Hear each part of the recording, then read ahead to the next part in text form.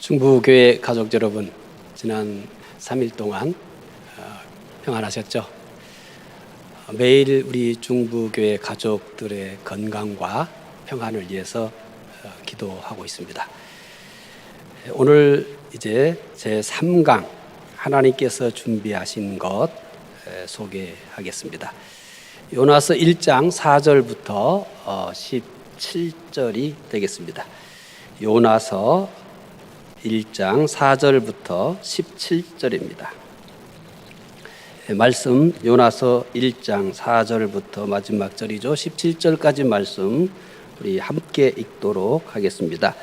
여호와께서 큰 바람을 바다 위에 내리시매 바다 가운데 큰 폭풍이 일어나 배가 거의 깨지게 된지라.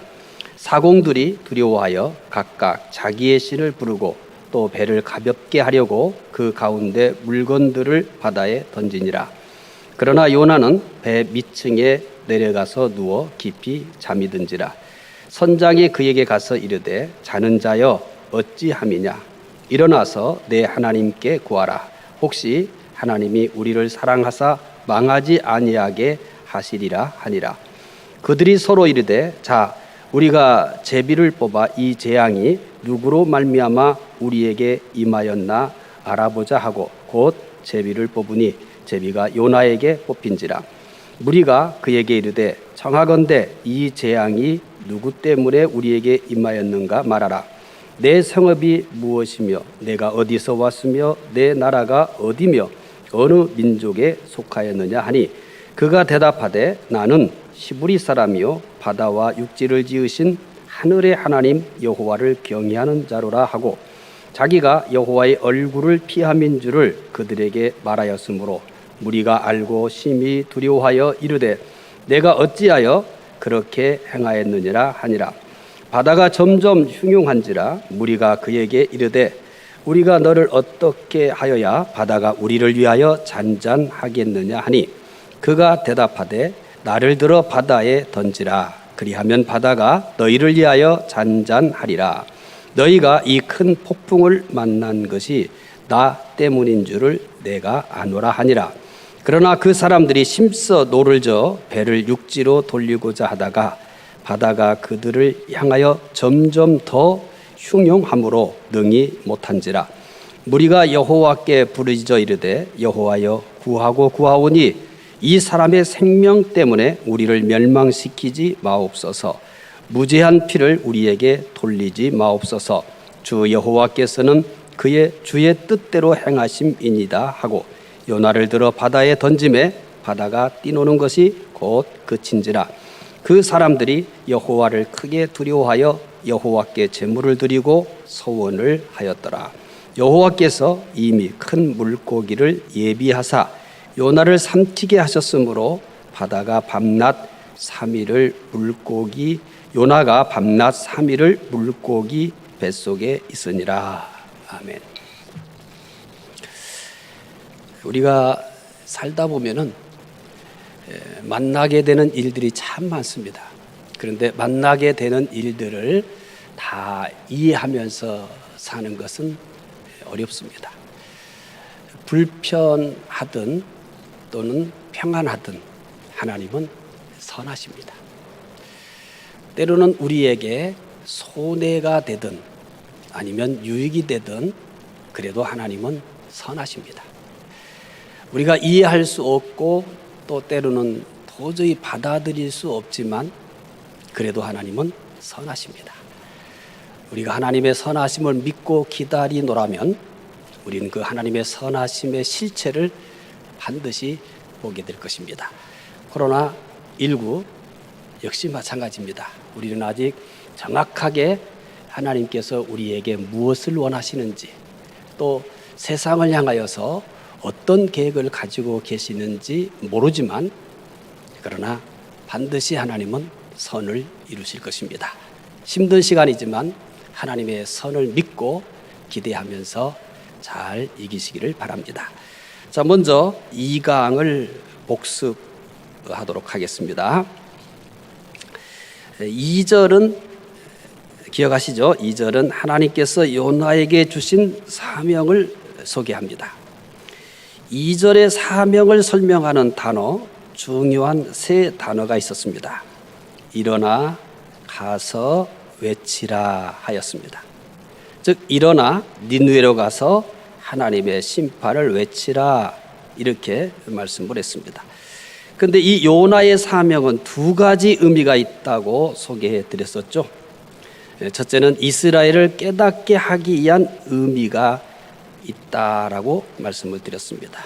또 하나는 모든 사람을 구원하시는 하나님의 은혜의 의미가 있다. 그렇게 말씀을 드렸습니다. 3절은 요나가 사명에 어떻게 반응하였는가를 보여줍니다. 3절은 특히 그러나로 시작했다는 사실에 강조를 두었습니다. 그러나라고 시작함으로써 요나가 사명에 어떻게 했는지 충분히 짐작할 수 있게 해줍니다. 요나는 욥바로 가서 다시스로 가는 배를 탔습니다. 오늘은 제3강, 좀 전에 같이 성경을 읽었죠. 요나 1장 4절부터 17절, 좀 오늘은 공부해야 될 분량이 좀 많아요. 가능하면 제 시간 안에 끝날 수 있도록 노력하겠습니다만은 분량이 많기 때문에 조금 시간이 지날 수 있다는 것을 염두에 두시고 이해하고 잘 따라오시기 바랍니다.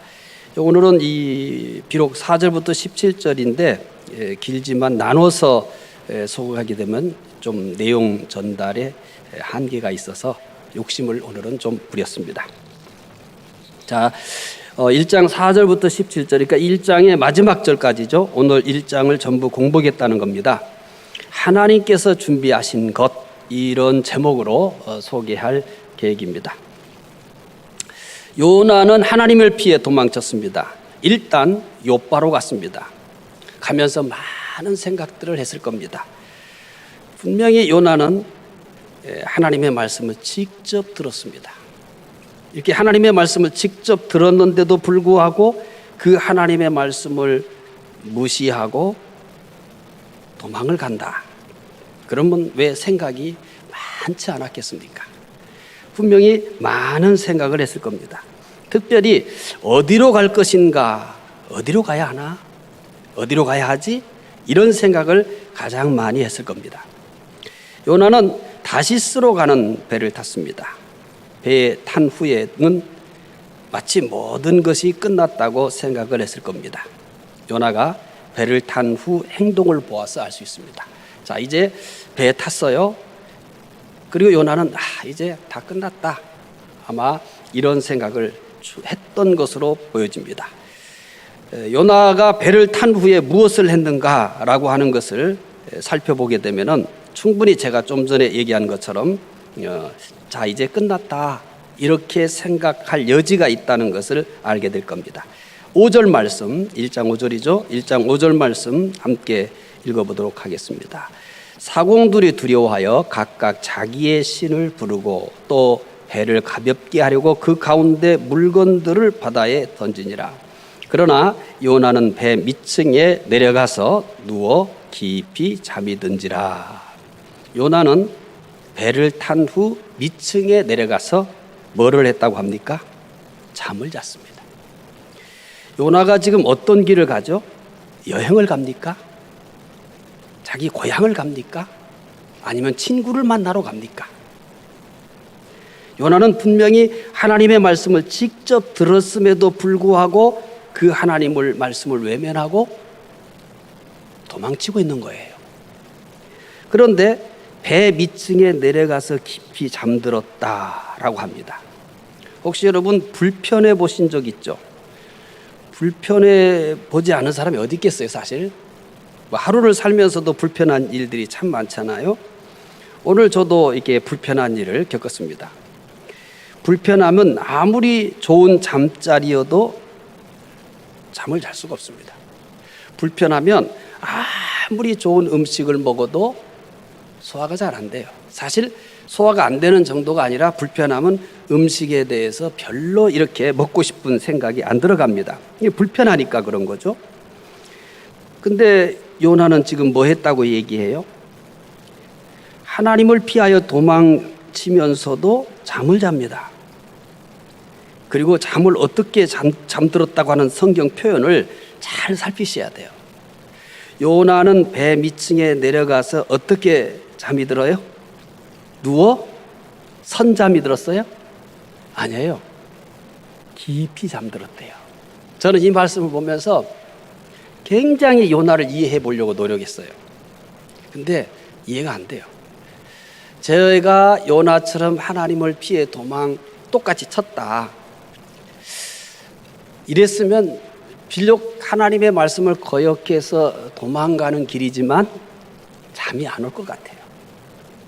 근데 요나는 선잠이 든 게 아니라 깊이 잠이 든지라 이렇게 얘기했어요. 참 이해하기 어려운 특성을 지닌 요나예요. 비록 피해서 도망간다 할지라도 사실은 잠잘 시간이 되어도 잘 잠이 안 오겠죠.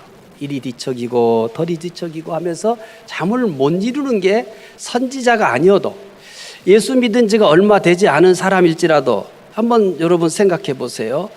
나에게 하나님이 어디를 가라 했는데 거기를 도저히 갈 수가 없어요. 가면 안 돼요.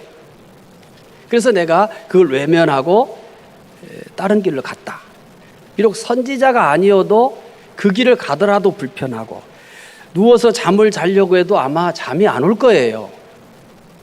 근데 요나는 하나님의 말씀을 직접 듣고 선지자임에도 불구하고 하나님을 피하여 도망치면서도 깊이 잠이 들었다고 합니다.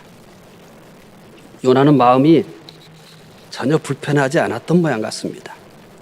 죄를 지어도 하는 일마다 잘 되는 경우를 볼 수 있습니다. 아무리 큰 죄를 지어도 아무런 벌을 받지 않습니다. 하나님은 마치 안 계시는 듯이 침묵합니다. 이런 경우 참된 신앙인들이 상처를 받기가 참 쉽습니다. 시편 73편을 쓴 분은 악인이 하는 일마다 잘 되는 것을 보았어요. 그런데 믿음으로 살려고 하는 자기는 되는 일이 별로 없어요. 이랬을 때 그가 느낀 상실감을 시편 73편은 기록하고 있어요. 그 중에 하나가 시편 73편 2절부터 3절인데 어땠다고 표현을 하냐면 한번 같이 읽어보겠습니다. 나는 거의 넘어질 뻔하였고 나의 걸음이 미끄러질 뻔하였으니 이는 내가 악인의 형통함을 보고 오만한 자를 질투하였음이로다. 시편 73편을 쓰신 분이 악인이 잘 되는 걸 보고 넘어질 뻔했대요. 미끄러질 뻔했대요. 시편 74편을 쓸 정도니까 대단히 경건하지 않습니까? 하나님에 대해서 다른 사람보다 더 많이 알고 있지 않겠어요? 그런데 자기가 현실 속에서 살아갈 때 악인이 잘 되는 것을 정말 이해할 수 없는 거예요. 더 이해할 수 없는 것이 뭐냐면 의인이 잘 안 되는 거예요. 특히 자기가 믿음으로 살려고 하고 하나님의 뜻대로 살려고 하는데 되는 일이 별로 없어요. 그래서 이 현실 앞에서 넘어질 뻔했고 내 걸음이 미끄러질 뻔했다. 이렇게 얘기하는 거예요. 요한계시록 6장 9절부터 10절은 정말 충격적인 내용입니다. 우리가 그냥 쉽게 잊고 지나갔기 때문에 그러는데 제가 요한계시록 6장 9절부터 10절을 자세히 설명하지 않지만 오늘 내용과 연결지어서 조금은 살펴보려고 해요. 아마 여러분도 굉장히 충격을 받을 수 있어요. 요한계시록 6장 9절부터 10절 읽어보겠습니다. 다섯째 인을 떼실 때 내가 보니 하나님의 말씀과 그들이 가진 증거로 말미암아 죽임을 당한 영혼들이 제단 아래에 있어 큰 소리로 불러 이르되 거룩하고 참되신 대주제여 땅에 거하는 자들을 심판하여 우리 피를 갚아주지 아니하시기를 어느 때까지 하시려 하나이까. 말씀의 내용을 보니까 악한 자들에 의해서 죽임을 당한 영혼들의 기도예요. 참 이 말씀을 읽으면서도 저는 이 현실에 대해서 그나마 현실이 우리 뜻대로 되지 않는다고 해서 정말 가슴 아픈 일들이 많다고 해서 그리 낙심할 일이 아니라는 것을 깨닫게 돼요. 물론 이 말씀을, 요한계시록 이 말씀을 다 이해한 건 아니에요. 이해하지 못하는 것은 그냥 남겨놨어요. 죽은 영혼들이 기도하는데요, 뭐 때문에 기도하는지 아세요? 죽은 영혼인데도 아직도 안타까운 거예요. 아직도 괴로운 거예요. 그래서 이렇게 얘기하잖아요. 땅에 거하는 자들을 심판하여 우리 피를 갚아주지 아니하시기를 어느 때까지 하시려 하나이까. 오늘 잠깐 여러분들에게 오늘 본문 말씀 우리가 공부하면서 생각하면서 초점을 맞추는 게 이 부분이에요. 땅에 거하는 자들을 심판하여 우리 피를 갚아주지 아니하시기를 어느 때까지 하려 하시나이까. 이게 누가 기도하는 거라고요? 죽은 영혼들이 기도하는 거예요. 죽은 영혼들이 하나님께 기도하는 거예요. 너무 안타까웠어. 얼마나 안타까웠으면 죽은 영혼들이 땅에 거하는 자들을 심판하여 우리 피를 갚아주지 아니하시기를 하나님 어느 때까지 하시려 하나이까. 죽은 영혼들이 어느 때까지 이렇게 우리의 원한을 안 풀어주는 거예요. 이 죽은 영혼들이 하나님께 얘기하는 거예요. 악한 자들이 득세하는 세상에서 자기들이 이렇게 죽음을 당했는데 악한 자들은 여전히 건재해요. 악한 자들은 여전히 떵떵거리면서 잘 살아요. 악한 자들은 여전히 하는 일마다 잘 되는 거예요. 그래서 이 죽은 영혼들이 너무 안타깝고 그때도 이해가 안 된 거죠. 땅에 거하는 자들을 심판하여 우리 피를 갚아주지 아니하시기를 어느 때까지 하시려 하나이까 라고 합니다. 제가 왜 이 말씀에 강조점을 두냐면 죽은 영혼까지 안타까워 이렇게 기도하는데 현실에 살아있는 사람들은 악한 자들로 인해 얼마나 고통스럽겠습니까? 요즘 또 이렇게 코로나19로 복잡하지만 또 한 사람이 또 인터넷을 통해서 이렇게 또 많은 그 힘없는 여성들에게 씻을 수 없는 그런 치명적인 상처를 줬어요. 이게 세상 끝날 때까지 없어지지는 않아요. 현실에 있는 우리들이 악한 자들로 인하여 세상이 이렇게 악할까? 이 악한 자들에 대해서 하나님 왜 조용히 하실까? 하나님이 계신다면 저 악한 자들이 왜 저럴까? 왜 악한 자들이 이렇게 날뛸까? 이러한 생각들을 충분히 할 수 있어요. 하지만 분노를 그치고 또 복잡한 생각, 여기에 죽은 영혼들이 어느 때까지 하시려 하나이까? 라고 의문을 품고 있잖아요. 이런 거 잠깐 내려놓고 생각을 한번 바꿔봅시다. 만약 하나님께서 사람들이 죄를 지을 때마다 바로바로 심판하셨더라면 악한 자들만이 아니라 우리 자신도 살아있지 못했을 겁니다. 하나님은 기다리십니다. 악인일지라도 회개하고 구원받을 수 있도록 기다리십니다.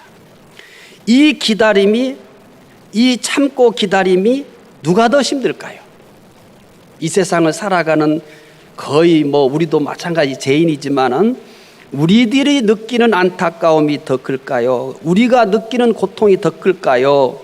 그것을 보고 여전히 기다리고 계시는 그 하나님의 아픔이 더 클까요? 두말할 필요가 없습니다.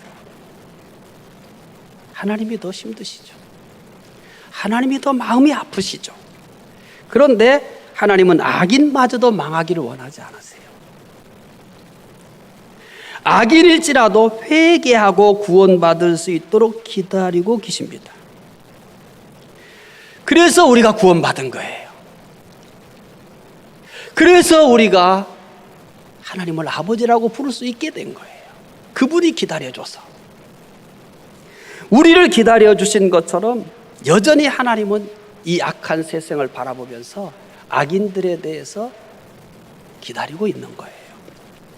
그러다가 가장 좋은 때가 되면 역사하십니다. 하나님은 요나가 욥바로 도망칠 때 막지 않았어요. 욥바로 갈 때 막지 않았어요. 그랬을 때 요나는 어쩌면 욥바로 가면서도 잘 되네. 내가 참 욥바로 가기를 잘한다. 이렇게 생각했을지 몰라요. 하나님은 요나가 욥바로 도망칠 때 안 막았거든요. 이제 우리는 결론을 알기 때문에 이거를 쉽게 생각하지, 우리가 요나였다고 생각해 보세요. 욥발에 가는 동안 하나님은 요나의 발걸음을 막지 않았거든요. 아무런 제재를 가하지 않았어요. 다시스로 가는 배를 탔을 때도 막지 않았어요. 그 배를 탈 때도 막지 않았어요. 요나는 모든 일이 잘 된다고 생각했을 거예요. 사람들도 요나같이 생각합니다. 우리가 지금 욥바로 가는 그 길을 지금 가고 있는지 몰라요. 하나님이 안 막죠? 다시스로 가는 배를 지금 타고 있는지 몰라요. 하나님 안 막죠? 요나도 안 막았어요. 욥바로 갈 때도 안 막았고요. 다시스로 갈 때도, 다시스로 가는 배를 탈 때도 안 막았어요. 그러니까 이렇게 욥바로 가는 길도 안 막고 다시스로 가는 배를 타도 안 막고, 그러니까 모든 게 잘 된다고 생각하잖아요. 내가 욥바로 갈 때도 하나님 안 막았잖아요. 내가 다시스로 가는 배를 탈 때도 하나님 안 막았잖아요. 일이 척척 잘 진행되면 자신의 생각이 옳다고 여깁니다. 그러나 이것은 착각입니다. 하나님은 때를 기다리고 계셨던 겁니다. 나를 못 본 것이 아니라, 나를 방치한 것이 아니라 때를 기다린 거예요. 요나가 욥바로 가는 길을 안 막았죠? 다시스로 가는 배를 탈 때도 안 막았잖아요. 그럼 하나님은 요나를 방치했을까요? 요나가 하는 것을 하나님이 안 봤을까요? 다 보고 계셨어요.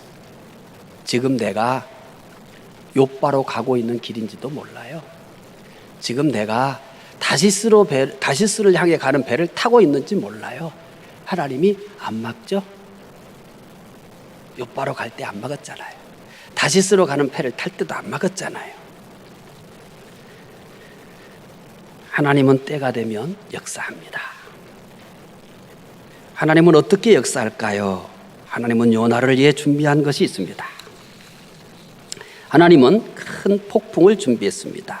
요나 1장 4절 우리 읽어보겠습니다. 여호와께서 큰 바람을 바다 위에 내리심에 바다 가운데 큰 폭풍이 일어나 배가 거의 깨지게 된지라.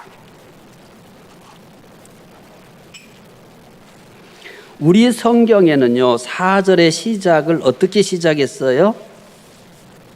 보시죠, 성경. 여호와께서 이렇게 시작을 했어요. 그죠? 그런데 원문 번역 성경이나 킹 제임스 버전은 그러나 여호와께서 앞에 그러나가 있습니다. 그러나 여호와께서. 그럼 이제 기억이 번뜩 나지 않아요? 4절의 그러나는, 우리 성경에는 번역을 안 했지만은 4절의 그러나는 매우 중요합니다.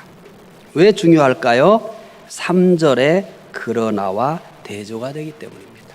혹시 펜을 가지고 계시면은 4절 앞에다가 빨간 펜이 있으면 써보세요. 그러면 여러분 성경을 보시면 3절 뭘로 시작했어요? 그러나. 누가 그러나 했어요? 요나가. 그러면 4절에 하나님이 받아요.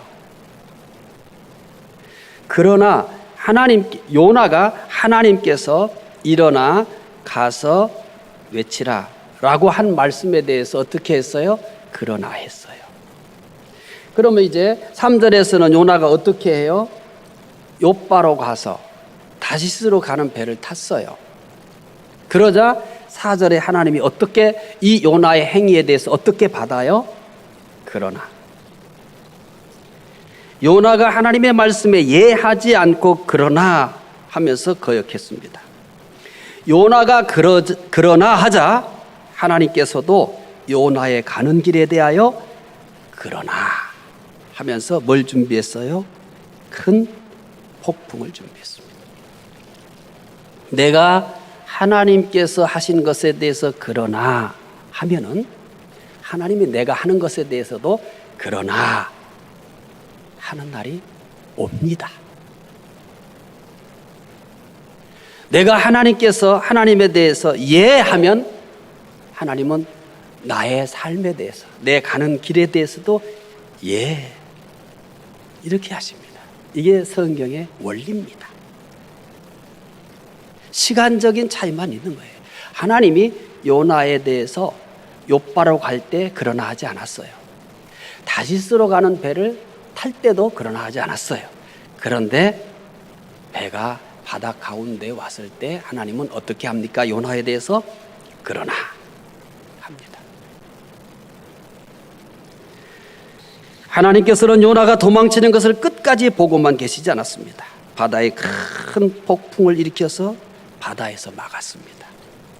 하나님은 여기서 막으려고 욥바로 갈 때 막지 않았어요. 다시스로 가는 배를 탈 때도 막지 않았어요. 어디에서 막으려고요? 바다에서. 요나가 탄 배는 깨져버릴 지경입니다. 요나는 더 이상 도망칠 수 없게 되었습니다. 불순종하는데 형통합니까? 예, 불순종해도 일시적으로, 한계적으로 형통합니다. 요나가 하나님에 대해서 그러나 할 때, 욥바로 갈 때 자기 하고 가고자 하는 대로 욥바로 갔잖아요. 형통한 거잖아요. 다시스로 가는 배를 탔잖아요. 형통하잖아요. 그런데 하나님에 대해서 그러나 했을 때, 하나님에 대해서 불순종할 때 끝까지 형통하지는 않아요. 때가 되면 하나님께서 막을 수도 있습니다. 요나의 길을 막듯이 우리의 길도 막을 수 있습니다. 물론 요나의 길을 막는 것처럼 막기만 하는 것은 아닙니다. 사실 하나님은 요나의 길을 막듯이 그렇게 초자연적인 방법으로 막는 것보다는 일반적인 방법을 많이 사용해요. 우리가 인식하지 못하지만 다른 길로 갈 수밖에 없도록 하실 수도 있습니다. 내가 인식할 수도 없어요. 왜냐하면 내가 살면서 겪게 되는 자연스러운 일들이니까. 하나님이 내가 불순종해서 가는데 그 길을 막는다고 해서 언제나 이렇게 이 바다에서 큰 폭풍을 일으켜서 어떻게 할 수 없는 그렇게만 하지는 않아요. 그냥 우리가 자연스럽고 일반적이라고 생각할 수 있는 방법들을 가장 많이 선호해요. 그래서 자연스럽게 일반적으로 다른 길을 갈 수 있도록 유도를 하는 거죠. 분명한 것은 불순종하는 길을 끝까지 그대로 놔두지는 않습니다. 그 길을 요나처럼 막을 수도 있고 자연스럽게 심지어 내가 하나님이 이렇게 인도하는구나, 이렇게 유도하는구나, 이런 것을 느낄 수 없을 만큼 자연스럽고 일반적인 현상들로 하나님께서 내 길을 바꿀 수도 있습니다. 지금 어떤 길을 가고 계신가요? 예 하면서 길을 가시고 계시나요? 아니면 그러나 하면서 이렇게 길을 가고 계시나요? 하나님에 대해서 예 해야 하나님도 우리의 삶에 대해서, 내가 가는 길에 대해서 예 합니다. 하나님에 대해서 요나처럼 그러나 하면서 길을 가고 계시다면 언제일지는 모르지만, 어떤 방식을 취할지는 모르지만 분명한 것은 하나님도 그러나 하신다는 사실입니다. 이제 우리가 선원들의 태도를 볼 겁니다. 폭풍을 만나자 배에 타고 있던 선원들은 어떻게 하였습니까? 이제 선원들의 태도를 볼 겁니다. 요나 1장 5절 보겠습니다. 함께 읽겠습니다. 사공들이 두려워하여 각각 자기의 신을 부르고 또 배를 가볍게 하려고 그 가운데 물건들을 바다에 던지니라. 그러나 요나는 배 밑층에 내려가서 누워 깊이 잠이 든지라. 사공들이 뭐 했다고 얘기합니까? 두려워하였습니다. 여러분이 말씀을 이해하기 쉽도록 사람, 이 4절부터 17절까지 예를 들어서 4절, 5절, 6절, 7절 이렇게 가지 않고 지금은 이제 선원들의 태도에 대해서 얘기를 해요. 그 다음에는 요나의 태도에 대해서 얘기해요. 그 다음에 하나님께서 하신 일에 대해서 얘기해요. 그러니까 인물 중심으로 여러분들이 이 말씀을 이해하기 쉽도록 그렇게 주제를 일원화시켜서 말씀을 지금 진행할 겁니다. 지금 이제 선원들의 태도에 대해서 쭉 얘기를 할 거예요. 선원들이 첫 번째로 뭐 했다고 했어요? 두려워했다고 했습니다. 바다를 두려워하면 사공이 될 수 없습니다. 사공들은 육지보다 바다를 더 편하게 생각합니다. 본문에 등장하고 있는 사공들도 이와 같았을 거예요. 그런데 이들이 두려워할 정도라면 폭풍이 얼마나 심각했나라는 것을 짐작할 수가 있습니다. 하나님께서는 사람의 힘으로 벗어날 수 없는 큰 폭풍을 일으키신 거예요. 도망치는 요나를 막기 위해서였습니다. 요나는 더 이상 도망칠 곳이 없습니다. 요나가 탄 배가 큰 폭풍을 만난 것처럼 어려움을 만났을 때는 다른 사람을 탓하기만 하면 안 됩니다. 요즘 특히나 그래요. 환경만 탓하고 있어서도 안 돼요. 이렇게 우리는 뜻하지 않은 어려운 일들을 만났을 때 믿음의 사람들은 제일 먼저 해야 될 게 뭐냐면 자신을 돌아보는 겁니다. 그래서 계속해서 여러분들에게 이렇게 말씀을 소개할 때마다 재난이나 개인적인 어려움을 만났을 때 제일 먼저 우리가 해야 될 것이 뭐라고 얘기하냐면 자신을 돌아봐야 된다고 소개합니다. 하나님께서 나의 가는 길을 간섭하고 계실 수도 있기 때문이에요. 요나에게 폭풍이라는 지극히 자연스러운 것으로 간섭한 것처럼 우리의 길도 우리가 인식할 수 없는 자연스러운 것으로 간섭하실 수 있습니다. 여기 요나가 지금 다시스로 가는 배를 탔는데 큰 폭풍을 만났어요. 이게 큰 폭풍이 초자연적이에요? 자연적이에요? 자연적이죠? 우리는 이 성경을 통해서 성경이 이 사건을 설명해 주면서 읽으니까 자연적이지 아닌 것처럼 보여요. 그러나 자연적인 겁니다. 배가 바다에서 폭풍을 만나지 않는 것은 없습니다. 배가 바다를 항해하면서 파도를 만나지 않는 일은 없어요. 큰 바람을 만나지 않는 일은 없어요. 이 일상적이고 자연스러운 거예요. 이렇게 하나님께서 자연스러운 것을 통해서 하나님께서 간섭을 하십니다. 요나에게 폭풍이라는 지극히 자연스러운 것을 통해서 간섭하신 것처럼 우리의 길도 때로는 우리가 인식할 수 없는 지극히 자연스러운 것으로 간섭하실 수 있어요. 우리가 신앙적인 이 감각이 무뎌지면 그것을 그냥 자연스러운 것으로 치부해버리고 지나갑니다.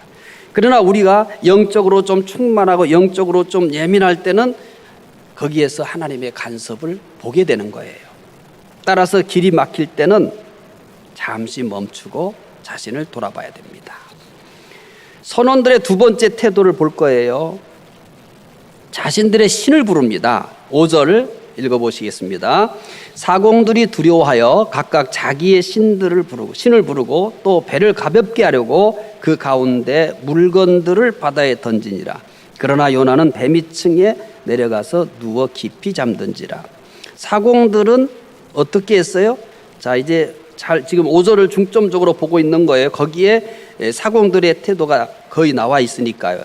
사공들이 두려워했다라고 5절이 시작을 해요. 그 다음에 두려워한 다음 두려움이 오잖아요. 두려움이 오면은 사람들이 대부분 뭐 할까요? 자, 이거는 우리 힘으로 도저히 어떻게 해결할 수 없는 엄청난 두려움을 우리가 만났어요. 그러면 사람들이 대부분 어떻게 그 두려움에 대해서 대응할 것 같아요? 사공들은 자신들의 신을 불렀어요. 제가 한 글을 읽어드릴게요. 이런 글이 있어요. 전쟁의 참호 속에는 무신론자가 없다. 어디에서는 무신론자가 없다고요? 전쟁의 참호 속에서는 무신론자가 없다. 자신의 힘으로 도저히 살 수 없는 위험에 빠져 있으면서도 신이 없다고 하는 사람은 없다는 거예요. 자, 사공들의 모습이 바로 이 말을 아주 증명해 줘요. 전쟁의 참호 속에 무신론자가 없다. 사공들이 두려워하면서 그 다음에 보여준 태도가, 첫 번째 태도가 뭐냐면 자기들이 신을 불렀어요. 각자의 신을 부른 거죠. 전쟁의 참호 속에 있는 것과 같은 위험한 순간에는 모든 사람들이 신을 찾습니다. 본문의 선원들이 바로 그런 상황입니다. 지금까지 많은 항해를 해봤지만 이런 상황은 없었어요. 그래서 그들은 모두 본능적으로 신을 찾았습니다. 그러나 그들이 찾는 신은 그들을 구원할 수 없습니다. 믿는 사람들이 위기를 만날 때 당황할 필요가 없습니다. 위기를 만났는데 그때 바로 당황하지 않는 그런 사람은 없어요. 길게 놓고 어느 정도 시간을 놓고 하는 얘기죠. 믿는 사람들이 위기를 만났을 때 당황할 필요가 없습니다. 믿는 사람들은 항상 하나님과 동행하고 있기 때문입니다. 믿는 사람들은 오히려 위기 때마다 하나님께서 함께 하심을 경험합니다. 자, 코로나19로 저도 한 번도 주일을 이렇게 예배 드린 적 없고요. 또 설교를 하면서 이렇게 온라인으로 해본 일이 없어요. 성도는 하나도 없고. 그러니까 당황하겠어요? 안 하겠어요? 당황하죠. 그런데 제가 왜 믿는 사람이 위기를 만날 때 당황할 필요가 없다고 할까요? 당황하니까. 참 처음에는 이 적응하기가 힘들었습니다. 특히 이제 주일은 그래도 찬양팀도 있고 방송팀도 있고 해가지고 여기에 그래도 몇 사람이 앉아 있잖아요. 그러니까 사람이 보여요. 지금은요 예배당에 한 사람도 안 보여요. 의자만 다 있어요. 의자를 사람이라고 생각해야죠 뭐. 그래서 조금 이렇게 빈 공간에서 해서 좀 불편해가지고 장기적으로도 또 사용할 필요가 있어서 잠옷을 이렇게 방송할 수 있는 시설로 지금 갖춰가고 있습니다. 아직 다 완성은 못했는데 다음 주에 입주해가지고 거기서 이제 말씀을 전하려고 해요. 거기는 훨씬 더 아늑하고 이렇게 빈 공간에 한 사람도 없는 이게 안 보이기 때문에 조금 더 편안한 마음으로 이제 아마 말씀을 소개할 수 있을 것 같아요. 믿는 사람들은 어느 때 하나님께서 함께 하심을 더 강하게 느껴요? 위기를 만났을 때입니다. 처음에 상당히 당황했어요. 지금도 그 당혹스러움이 100% 사라진 건 아니에요. 그러나 자꾸 하나님을 붙드는 시간이 많아지고 또 하나님을 부르는 시간이 많아지고 또 하나님 앞에 자꾸 나를 돌아보고 목회를 돌아보고 교회를 돌아보는 시간이 많아지면서 하나님이 여기도 계시네. 하나님이 이렇게도 역사하시네. 이렇게 위로를 받는 거죠. 고라 자손의 고백은 아주 이것을 생생하게 보여줍니다.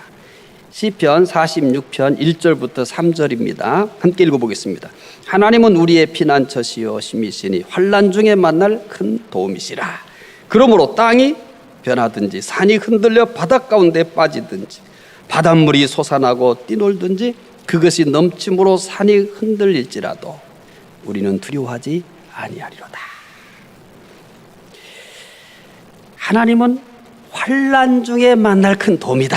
이렇게 고라자손 얘기하죠. 그 다음 이제 1장 5절이에요. 잘 따라오고 계시죠? 사공들이 두려워했고요. 그 다음에는요 각자 자기의 신을 불렀다고 그러죠.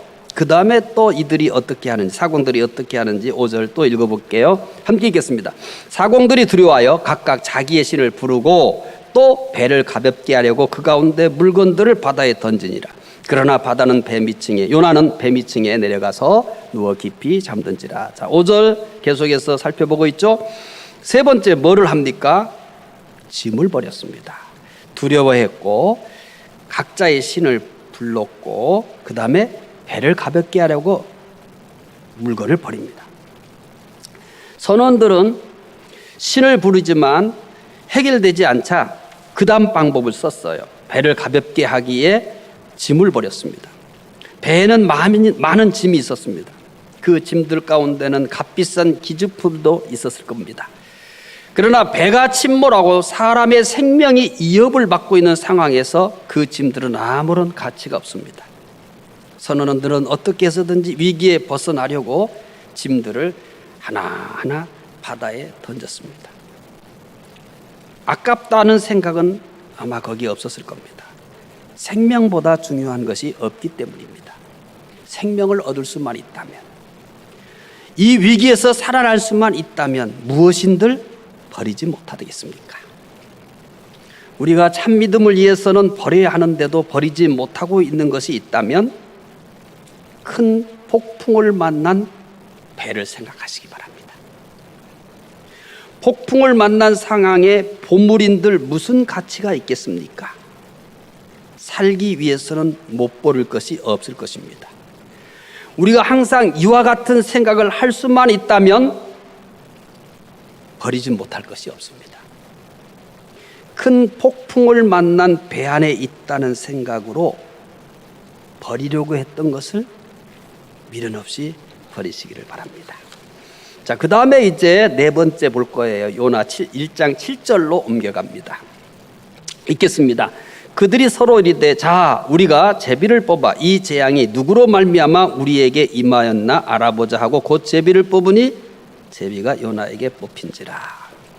선원들은 누구 때문에 큰 풍랑이 일고 있는지 알아보기에 제비를 뽑았습니다. 선원들은 자신들이 할 수 있는 것을 다 했어요. 두려워서 각자의 신을 불러봤어요. 그것 가지고도 안 되니까 배 안에 있는 짐들을 버렸어요. 그래도 안 돼요. 그래서 그들이 선택한 것이 뭐냐면, 야, 이 풍랑이 누구 때문에 생긴 거냐 하면서 뭐를 뽑았어요? 제비를 뽑았어요. 답답하죠? 자신들의 힘으로 폭풍에서 벗어날 수 없다는 걸 알았어요. 그래서 그들은 모두 제비를 뽑자는 것에 대해서 동감을 한 거예요. 내가 뽑힐 수도 있잖아요. 그들은 이렇게 생각한 거죠. 이거는 누군가의 잘못으로 인한 재앙으로 인한 폭풍일 것이다. 그런 생각이 들어간 거예요. 그래서 제비를 뽑았습니다. 믿는 사람들은 이 부분에 예민해야 합니다. 예수님께서 제자들에게 이런 말씀을 하셨어요. 마태복음 10장 29절입니다. 함께 읽어볼게요. 참새 2마리가 한 아사리온에 팔리지 않느냐. 그러나 너희 아버지께서 허락하지 아니하시면 그 하나도 땅에 떨어지지 아니하리라. 이 말씀을 어떻게 생각하세요? 참새 별로 의미도 없고 가치도 없잖아요. 그런데 그 참새 한 마리도 하나님께서 허락하시지 않으면 땅에 떨어지지 않는다는 거예요. 하나님이 어떻게 역사하시는지 이해하시겠어요? 자, 참새 한 마리도 하나님께서 허락하시지 아니하면 땅에 떨어지지 않는다. 여러분 이 말씀을 믿어요? 전 믿어요. 여러분도 믿으시겠죠? 선원들은 하나님을 섬기는 사람들이 아니에요. 그들은 무당도 아니에요. 그런데 그들은 폭풍을 만난 것이 우연이 아니라고 생각한 거예요. 이 폭풍에는 원인이 있을 것이라고 생각했어요. 그래서 그들은 원인을 찾기에 제비를 뽑았어요. 누가 뽑혀요? 요나가 뽑혀요. 하나님의 역사는 참 신비롭습니다. 이방인들이 제비 뽑기를 했는데 하나님의 그 이방인들이, 하나님 없는 사람들이, 여러 신들을 섬기는 그 사람들이 제비를 뽑았어요. 제사장들이 제비를 뽑은 거 아니에요. 사도들이 제비를 뽑은 게 아니에요. 누가 제비를 뽑았어요? 이방인들이. 자, 이제 사도들이 모여가지고 가룟 유다가 없어졌잖아요. 그러면 누가 그러면은 이 사람을 대신할 거냐? 그러면 제비를 뽑아요? 그건 우리는 어떻게 이해할 수 있어요? 아, 사도들이 모여서 기도하고 제비를 뽑았으니까 하나님이 개입하시겠구나. 그 결과에 대해서도 우리는 그렇게 생각해요. 근데 지금 뭐 해요? 이방인들이에요. 그들이 뽑았어요. 그런데 거기에도 하나님이 개입을 하셨어요. 하나님께서 개입하지 않는 곳은 없습니다. 그래서 이렇게 얘기했잖아요. 참새 한 마리도 하나님께서 허락하지 않으면 떨어지지 않는다. 하나님이 어떻게 역사하실지에 대해서는 우리는 딱 정형화할 수가 없습니다. 이 상황도 어떻게 하나님께서 이방인들이 제비를 뽑는데 거기 역사하셔서 요나가 뽑히게 했겠어요? 요나의 모든 죄가 드러나는 순간입니다. 죄는 결코 숨길 수 없습니다. 죄는 반드시 드러나게 되어 있습니다.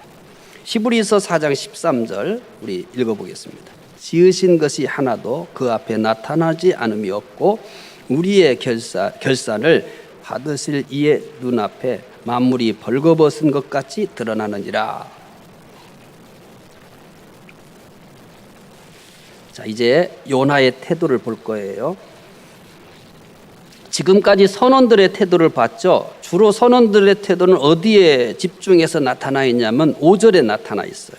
그래서 지금까지 선원들의 태도를 보면은 1장 5절에 두려워했습니다.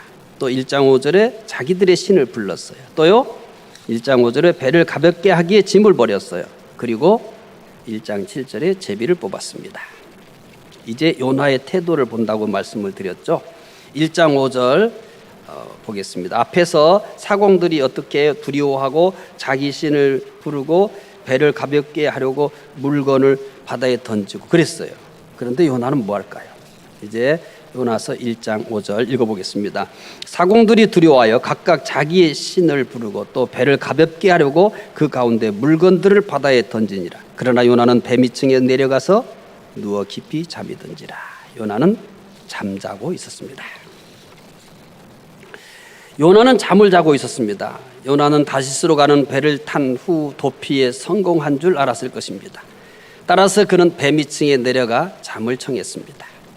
요나는 모든 것을 잊고 깊이 잠들었습니다. 그는 현재 어떤 일이 일어나고 있는지 전혀 모릅니다. 현실에 대해서 무감각했습니다. 이것이 평안일까요? 이것은 결코 평안이 아닙니다. 현실에 대한 무감각 때문에 잠시 누워있는 위장된 평안일 것입니다. 세상에는 요나 같은 사람들이 많습니다.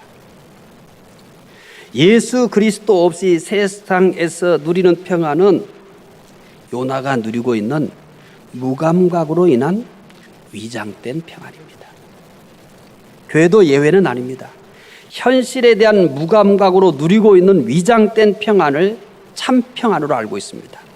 한 신학자는 현대 교회의 비극을 다음과 같이 지적했어요. 이렇게 지적합니다. 오늘날 신도들은 강단에서 설교자들이 자장가를 불러주기를 원하고 있다. 오늘날 신도들은 강단에서 설교자들이 자장가를 불러주기를 원한다. 이렇게 한 신학자는 현대 교회의 비극을 지적했어요. 이게 무슨 말인고 하니 마음에 찔림을 받는 말씀을 싫어한다는 거예요. 계속 편안히 잠을 잘 수 있도록 덮어주는 말씀만 좋아한다는 거예요. 그러나 초대교회는 어떤 때 변했습니까?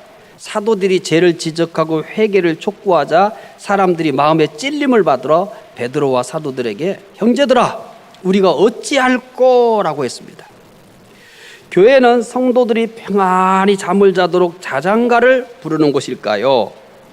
잠에서 깨어나도록 나팔을 부는 곳일까요? 교회는 나팔을 부는 곳입니다. 그러나 왜 나팔 소리는 안 들리고 자장가만 들릴까요? 나팔을 불면 달콤한 잠을 깨웠다고 짜증을 내기 때문입니다. 교회는 성도들이 짜증내는 것을 두려워합니다. 그래서 계속 자장가만 부릅니다. 그러나 이것은 위장된 평안입니다. 잠 때문에 현실에 대해 무감각해서 평안하다고 착각하고 있는 것입니다. 선원들은 폭풍 속에서 살기에 발버둥치고 있는데 아무것도 모르고 잠만 자는 요나와 같습니다. 우리는 지금 어떤 상태입니까? 요나처럼 현실에 무감각한 채 잠만 자고 있지 않습니까? 그리고 그것을 평안이라고 생각하지 않습니까? 만약에 그렇다면 잠에서 깨야 합니다. 일어나는 것이 귀찮아도 깨야 합니다. 현실을 아는 것이 고통일지라도 깨야 합니다. 잠에서 깨야 현실을 바로 보고 바른 길을 갈 수 있습니다. 자, 그 다음에 요나는 또 뭐라고 합니까? 요나를 보겠습니다. 요나서 1장 8절이죠. 요나서 1장 8절 넘어갑니다. 읽겠습니다.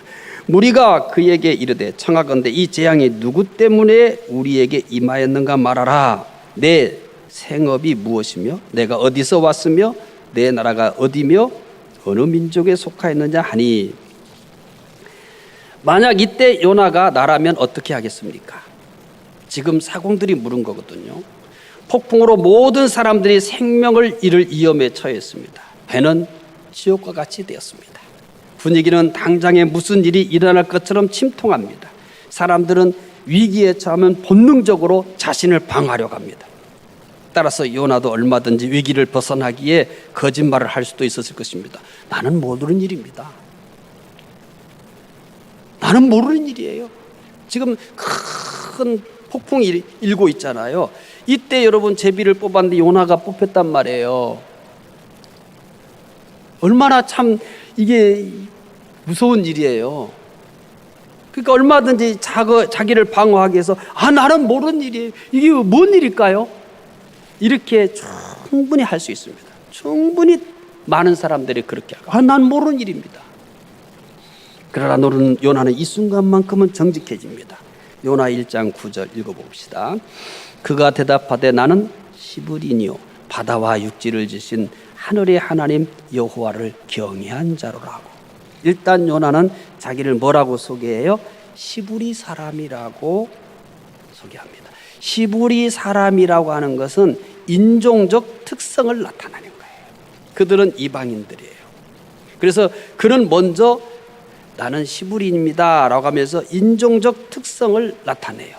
자신이 이방 사람들과 구분되게 하나님의 특별한 선택을 받은 민족에 속한다는 겁니다. 그 다음에 또 세 번째 1장 9절 읽어봅시다. 그가 대답하되 나는 시브리 사람이요 바다와 육지를 지신 하늘의 하나님 여호와를 경외하는 자로다. 그 다음에는 뭐라고 얘기했냐면 하나님을 경외하는 사람이다 라고 합니다. 요나는 자신을 바다와 육지를 지으신 하늘의 하나님 여호와를 경외하는 자다 이렇게 얘기합니다. 요나가 하나님을 경외하는 사람이라고 하는 것은 종교적 특성을 나타낸 거예요. 시브리 사람이라고 하는 것은 인종적 특성을 드러냈다면 요나가 하나님을 경외하는 사람이다라고 하는 것은 자기의 종교적 특성을 나타낸 거예요. 요나 1장 9절 또다시 읽겠습니다. 그가 대답하되 나는 시브리 사람이요 바다와 육지를 지신 하늘의 하나님 여호와를 경외하는 자로라.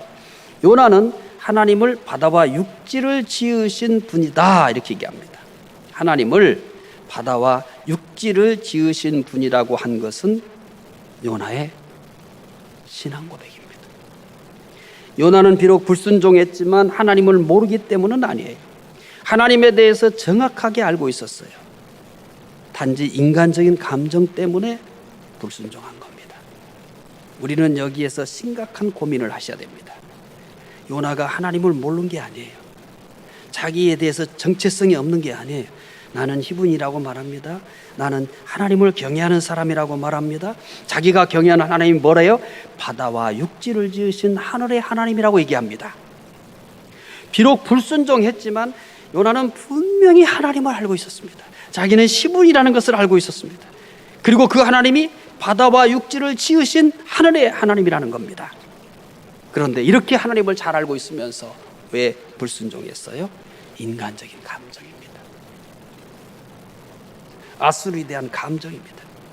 이게요 요나만 그런 게 아니에요. 우리가 하나님의 뜻을 포기할 때 가장 많이 작동하는 게 뭐냐면 감정입니다. 감정이에요. 우리가 누군가를 용서해야 된다는 걸 알아요. 근데 용서하지 못하는 이유가 뭘까요? 하나님을 몰라서 그래요? 하나님을 몰라서 용서하지 못하는 사람은 없어요. 우리가 사람에 대해서 어떻게 해야 된다고 하는 성경의 가르침을 몰라서 용서하지 못하는 사람은 없어요. 뭐 때문에 용서 못해요? 하나님을 모르기 때문이 아니에요. 용서하라고 하는 하나님의 말씀을 모르기 때문도 아니에요. 하나님이 어떤 분인지 몰라서 그런 게 아니에요. 사람에 대해서 어떻게 하라는 것을 몰라서 그러는 게 아니에요. 용서하라는 말씀도 알아요. 또 하나님도 잘 알아요. 그런데 왜 해요? 왜 용서 못해요? 감정이에요. 감정이에요. 요나가 이렇게 자기는 시브리 사람이요 여호와 하나님을 경외하는 사람이요 자기가 경외하는 하나님 바다와 육지를 지신 하늘의 하나님 여호와라고 했음에도 불구하고 이렇게 불순종의 길을 간 것은 그가 가지고 있는 민족적 감정이에요. 아수르에 대한 민족적 감정이에요. 이런 요나의 모습이 요나의 모습으로 국한되어 있는 게 아닙니다. 오늘 살아가는 우리도 하나님도 잘합니다. 말씀의 가르침도 잘합니다. 그럼에도 불구하고 그것에 대해서 우리가 불순종하는 가장 크게 작동하는 요인 중 하나가 감정입니다. 자, 그 다음 볼까요? 네 번째는 죄를 고백했어요. 하나님 앞에 서게 되면 누구나 자신의 참모습을 보게 됩니다. 하나님 앞에 설 때만이 가장 정직할 수 있습니다. 그래서 제가 자꾸 이 어려운 때는 하나님 앞에서 자기를 성찰해야 된다라고 얘기하잖아요. 이제 요나 1장 10절 읽어보겠어요. 함께 읽겠습니다. 자기가 여호와의 얼굴을 피함인 줄을 그들에게 말하였으므로 무리가 알고 심히 두려워하여 이르되 내가 어찌하여 그에게 그렇게 행하였느냐 하니라. 요나는 이 모든 고난의 원인을 솔직하게 고백합니다. 자신이 하나님을 피했기 때문이라고 합니다. 하나님 앞에 선 거예요. 그 사공들이 그에게 묻지만 사공들이 제비를 뽑았지만 요나는 사공들이 뽑은 제비 너머에 역사하시는 하나님을 보는 거예요. 당신이 뭐를 했느냐라고 물었을 때 그들은 사공들의 질문으로 본 게 아니에요. 하나님이 묻는 걸로 보는 거예요. 그래서 요나는 이 모든 고난의 원인을 내가 여호와의 얼굴을 피함인 줄 그들에게 말했다라고 얘기합니다. 베드로에게서도 우리는 이와 비슷한 모습을 볼 수 있습니다. 베드로가 밤새도록 한 마리의 고기도 잡지 못했을 때입니다. 예수님께서 깊은 데로 가서 그물을 내리라고 합니다. 베드로는 예수님의 말씀에 순종했습니다. 그물이 찢어질 정도로 고기를 많이 잡았습니다. 베드로는 육지에 도착한 후에 예수님 앞에 엎드립니다. 그리고 이렇게 말합니다. 주여 나를 떠나소서. 나는 죄인이로소이다. 베드로가 일생을 지금까지 살면서 상대에게 아무 잘못도 없는데 누군가에게 엎드려서 나는 죄인입니다. 이래 본 적 없었을 겁니다. 상대에게 해코지한 것도 없고 상대에게 어떻게 감정적으로 어떻게 한 것도 없는데 특히나 처음 만난 사람에게 무릎을 딱 엎드리고 나는 죄인입니다. 이런 적 없을 거예요. 요나는 주님을 대면하면서 하나님을 대면하면서 한 번도 보지 못했던 자기를 본 거예요. 그래서 나는 죄인입니다 라고 얘기한 겁니다. 이사야 선지자에게서도 우리는 같은 모습을 볼 수 있어요. 이사야는 보좌에 앉으신 하나님을 봤습니다. 그때 그는 찬송하면서 춤을 추면서 내가 하나님을 봤다? 아니에요. 화로다 나하여 망하게 되었도다. 나는 입술이 부정한 사람이요 나는 입술이 부정한 백성 중에 거주하면서 만군의 여호와이신 왕을 배웠습니다. 사람이 어떤 때 가장 정직할 수 있습니까? 하나님 앞에 설 때입니다. 그래서 코로나19로 어려운 요즘 자주 하나님 앞에서 자신을 돌아보고라고 말씀을 드리고 있습니다. 하나님 앞에서 자신을 돌아보는 사람은 희망이 있습니다. 왜냐하면 그때만큼 정직할 수는 없어요. 하나님 앞에 설 때만큼은 거짓말할 필요 없고요, 위선을 떨 필요 없고요, 하나님 앞에 섰을 때만큼은 우리는 가장 정직할 수 있습니다. 그래서 하나님 앞에서 자신을 돌아보는 사람은 희망이 있는 거예요. 자, 이제 마지막으로 뭐라고 얘기합니까? 자신을 바다에 던지라고 합니다. 요나가 폭풍의 원인이 자신의 죄 때문이라고 하자 어떤 변화가 일어납니까? 아무런 변화도 없었습니다. 오히려 폭풍은 더 심해졌습니다. 요나 1장 11절 읽어보겠습니다. 보세요. 말씀이 어떻게 변하는지 잘 보셔야 돼요. 읽겠습니다. 바다가 점점 흉흉한지라 무리가 그에게 이르되 우리가 너를 어떻게 하여야 바다가 우리를 위하여 잔잔하겠느냐. 자, 1장 10절 우리 봤잖아요. 1장 10절 어떻게 얘기했어요? 자기가 여호와의 얼굴을 피함인 줄을 그에게 말하였으니. 10절에 요나가 죄를 고백했어요. 그렇죠? 10절에 죄를 고백했어요. 내가 하나님을 피했기 때문에 이런 일이 벌어졌습니다. 죄를 고백했어요. 그러면 우리의 상식에 10절에 내 잘못입니다. 내가 하나님을 피했기 때문에 이런 일이 벌어졌습니다. 이렇게 얘기하면 11절에 어떤 일이 일어나기를 기대해요? 자, 내가 여호와를 피했기 때문에 그렇습니다 라고 한다면 10절에 이렇게 됐으면 11절에 드디어 바다가 잔잔해지더라. 이렇게 되어야 이게 뭐가 맞아 들어가는 거잖아요. 그런데 10절에 자기가 여호와의 얼굴을 피하면 줄 그들에게 말하였으므로 이렇게 끝났는데 11절에 어떻게 시작을 해요? 요나가 내가 하나님을 피했기 때문입니다. 이렇게 얘기했는데 이 말이 끝났는데 어떻게 해요? 잔잔한 게 아니라 성경은 바다가 점점 흉흉한지라 이렇게 얘기했어요. 하나님은 더 원하는 게 있다는 거예요. 성경을 보면은 충분히 우리는 알 수 있어요. 계획을 가지고 기록했기 때문에 그래요. 죄를 고백했으면 그 다음에 우리는 이런 말을 기대하잖아요. 바다가 잔잔하더라. 그런데 바다는 더 흉흉했습니다. 왜 그럴까요? 하나님은 요나의 제 고백으로 만족하지 않았습니다. 제 고백만이 아니라 공의가 실현되어야 한다고 본 것입니다. 하나님은 공의를 희생시키면서 사랑을 베풀지 않습니다. 공의와 사랑을 동등하게 실현하십니다. 예수님의 십자가 사건은 이것을 가장 잘 보여줍니다. 하나님은 인간의 죄에 대하여 공의와 사랑을 모두 실현하기 위해 예수님을 세상에 보내셨습니다.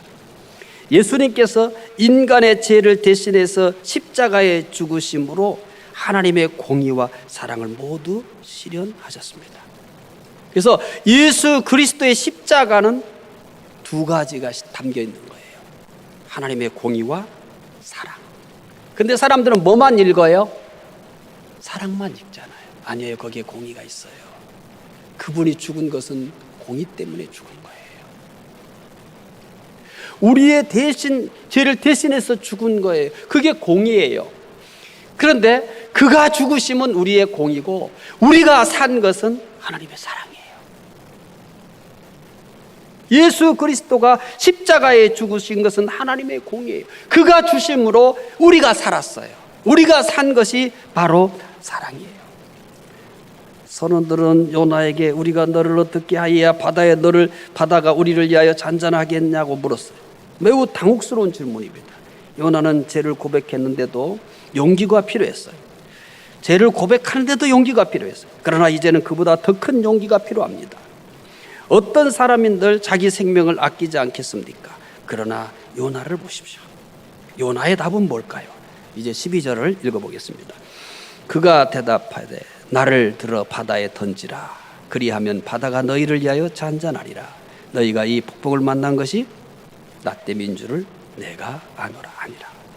요나는 자신의 죄 때문에 이 큰 폭풍을 만났다고 고백하는 것으로 책임을 다 감당하지 않았습니다.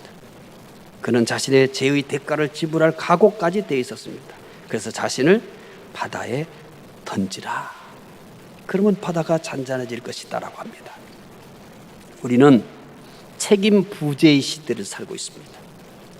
아무도 잘못에 대해 책임을 지지 않습니다. 모두 나를 제외한 다른 사람들에게 책임을 전가하고 있습니다.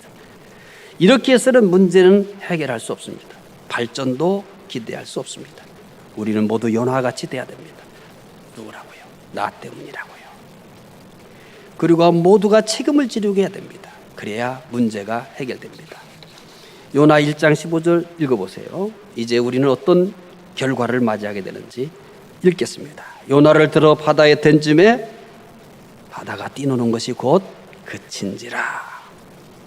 요나를 바다에 던지자 큰 폭풍은 사라졌습니다. 바다는 언제 그랬냐는 듯 잔잔해졌습니다. 모든 사람들은 무사했습니다. 배도 무사했습니다. 요나의 책임 있는 행위는 불가능해 보이던 문제를 해결한 겁니다. 하나님께서 준비하신 것은 무엇일까요? 이제 요나의 태도를 살펴본 뒤 마지막 부분을 살펴보겠습니다. 분량이 좀 많다고 말씀을 드렸어요. 4절부터 마지막 절까지이기 때문에. 그러나 오늘 공부도 거의 끝부분에 와 있습니다. 조금만 참으시기 바랍니다. 자, 요나의 태도를 살펴봤죠. 요나는 어떻게 했습니까? 1장 5절에 잠자고 있었습니다. 또 요나는 뭐라고 얘기합니까? 시부리 사람이라고 합니다. 또 요나는 뭐라고 합니까? 하나님을 경외하는 사람이라고 했습니다. 또 죄를 고백했습니다. 그리고 자신을 바다에 던지라고 했습니다. 요나는 선원들에게 던지라고 할 때 죽음을 각오했어요. 살아난다는 것은 전혀 생각하지 못했을 겁니다. 17절 마지막 절이죠. 읽겠습니다. 여호와께서 이미 큰 물고기를 예비하사 요나를 삼키게 하셨으므로 요나가 밤낮 3일을 물고기 뱃속에 있으니라. 하나님은 요나를 위해 물고기를 준비했습니다. 큰 물고기. 이 물고기가 어떤 종류인지는 모릅니다. 또 그것이 본문의 중심도 아닙니다. 따라서 물고기를 가지고 시간을 낭비할 필요는 없습니다.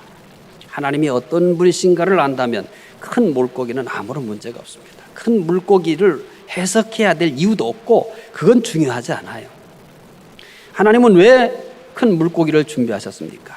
요나를 죽이려고요? 아니에요. 구원하기 위해서 준비했습니다. 큰 물고기는 요나를 구원하기 위한 도구입니다. 요나는 책임을 다하기에 바다에 던짐을 당했습니다. 그러나 하나님은 요나를 죽도록 버려두지 않았습니다. 큰 물고기 뼈 속에서 3일 동안 지내게 하셨습니다. 하나님께서 살리려고 하면 어떤 경우도 살립니다. 하나님께서 죽이려고 하면 아무리 살려고 해도 살 수가 없습니다. 요나는 이 두 경우 모두 보여줬어요. 요나가 살겠다고 욥바로 가서 다시스로 가는 배를 탔습니다.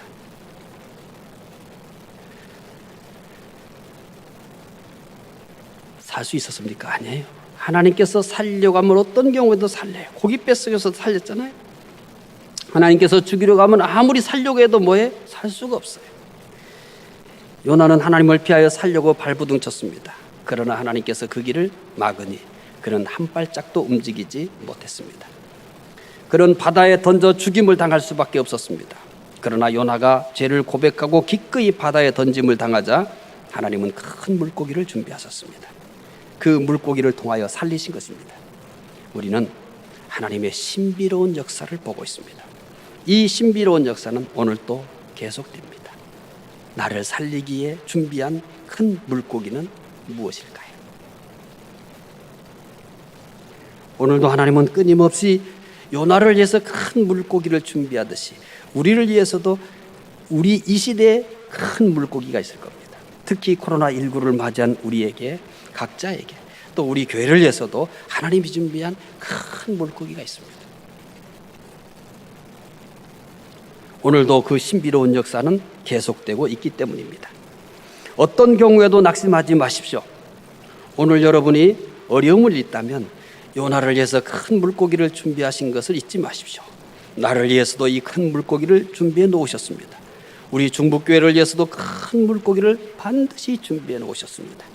모든 것을 하나님께 맡기시기 바랍니다. 하나님은 우리를 위해 신비로운 방법들을 준비해 놨어요. 신비로운 방법인데 우리가 신비로운 방법이라는 것을 인식하지 못하는 게 가장 안타까운 일이죠. 하나님은 요나를 위해 두 가지를 준비했습니다. 길을 막기에 뭘 준비했어요? 큰 폭풍을 준비했어요. 요나서 1장 4절에 요나의 길을 막기 위해서 큰 폭풍을 준비했어요.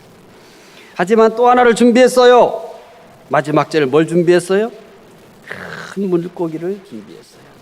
자, 이제 여러분 잘 보셔야 돼요. 오늘 본문 우리가 4절부터 17절까지 공부했잖아요. 4절에 하나님이 뭘 준비했어요? 큰 폭풍 준비했죠. 그래서 이 오늘 공부한 제목이 뭐였어요? 하나님이 준비하신 거예요. 그래서 4절에 뭘 준비한 것으로 시작했어요? 큰 폭풍을 준비한 것으로 시작을 했어요. 그러면 이 본문은 뭘로 끝나나요? 큰 물고기를 준비하신 것으로 끝나요. 다시 여러분 다 책 가지고 있으시죠? 4절에 여호와께서 큰 바람을 바다에 이에 내리심에 바다 가운데 큰 폭풍이 일어나 배가 거의 깨지게 된지라. 이렇게 4절 시작했잖아요. 그러면 1장 17절 이제 끝나요. 그렇죠? 자, 4절에 큰 폭풍을 준비하셨어요. 17절에 어떻게 끝나요? 여호와께서 이미 큰 물고기를 예비하사 요나를 삼키게 하셨으므로 요나가 밤낮 3일 물고기 뱃속에 있으니라. 그래서 오늘 말씀은 하나님이 준비한 것이었어요. 큰 폭풍을 준비하시고 그 다음에 어떻게 끝났어요? 큰 물고기를 준비하는 것으로 끝납니다. 큰 폭풍에서 공의의 하나님을 만납니다. 큰 폭풍에서는 어떤 하나님을 만나요? 공의의 하나님을 만납니다. 큰 물고기에서는 어떤 하나님을 만나요? 사랑의 하나님을 만납니다. 하나님은 공의의 하나님이시면서 사랑의 하나님이십니다. 우리는 끊임없이 공의의 하나님과 사랑의 하나님을 만나면서 살고 있습니다. 자, 시간이 많이 갔기 때문에 3강 복습하고 바로 끝내도록 하겠습니다. 복습하겠습니다. 전체적으로 하나님은 뭘로 시작했냐면 큰 폭풍을 준비하셨다라는 걸로 시작했어요. 그렇죠? 1장 4절에 큰 폭풍을 준비했다. 그래서 이 말씀에 4절을 배울 때 중요한 게 3절에 하나님에 대해서 요나가 그러나 하면서 다시스로 가는 배를 탔어요. 그러니까 하나님은 4절에서 요나에 대해서 그러나 하면서 큰 폭풍을 준비했습니다. 선원들의 태도 공부했었죠. 1장 5절에 중점적으로 나타나 있습니다. 선원들은 두려워했습니다. 자신들의 신을 불렀습니다. 자, 참호 속에서 무신론자 없다고 그랬죠. 두려워하니까 그 다음에 그들은 자기들의 신을 불렀어요. 그리고 어떻게 합니까? 짐을 버렸습니다. 그리고 1장 7절에서 제비를 뽑았습니다. 두 번째 살펴본 게 뭘까요? 요나의 태도입니다. 요나는 뭐하고 있었나요? 1장 5절에 잠자고 있었습니다. 또 요나는 시부리 사람이라고 9절에 얘기합니다. 또 하나님을 경외하는 사람이라고 했습니다. 그리고 죄를 고백했습니다. 그리고 자신을 바다에 던지라고 합니다. 그리고 이제 마지막으로 하나님께서 준비하신 것이 있었어요. 하나님은 요나를 위해 물고기를 준비했습니다. 하나님은 요나를 위해 큰 폭풍을 준비하셨습니다. 그리고 큰 물고기를 준비하셨습니다. 오늘 본문은 큰 폭풍을 준비하신 것으로 시작됩니다. 그리고 오늘 본문은 어떻게 끝나냐면 큰 물고기를 준비하신 것으로 끝납니다. 큰 폭풍을 준비한 것으로 시작해서 4절에 큰 물고기를 준비하신 것으로 17절에 끝나요. 큰 폭풍을 준비하신 것에서 공의의 하나님을 만납니다. 그리고 큰 물고기를 준비하셨다고 하는 17절에서 어떤 하나님을 만나냐면 사랑의 하나님을 만납니다. 하나님은 공의의 하나님이시면서 사랑의 하나님입니다. 우리는 끊임없이 공의의 하나님과 사랑의 하나님을 만나면서 살고 있습니다. 오늘 여기까지 소개하고요. 다음 주에 또 요나 공부 배우도록 그렇게 하겠습니다. 기도하겠습니다. 하나님, 요나가 하나님의 말씀에 대해서 그러나 하자 하나님께서도 그러나 하셨습니다. 요나를 위해서 큰 폭풍을 준비하셨습니다. 그러나 요나를 위해서 큰 폭풍만 준비하시지는 않았습니다.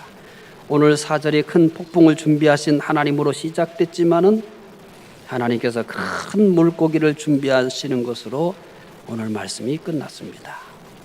큰 폭풍을 준비하신 하나님에게서 말씀에서 공의 하나님을 만납니다.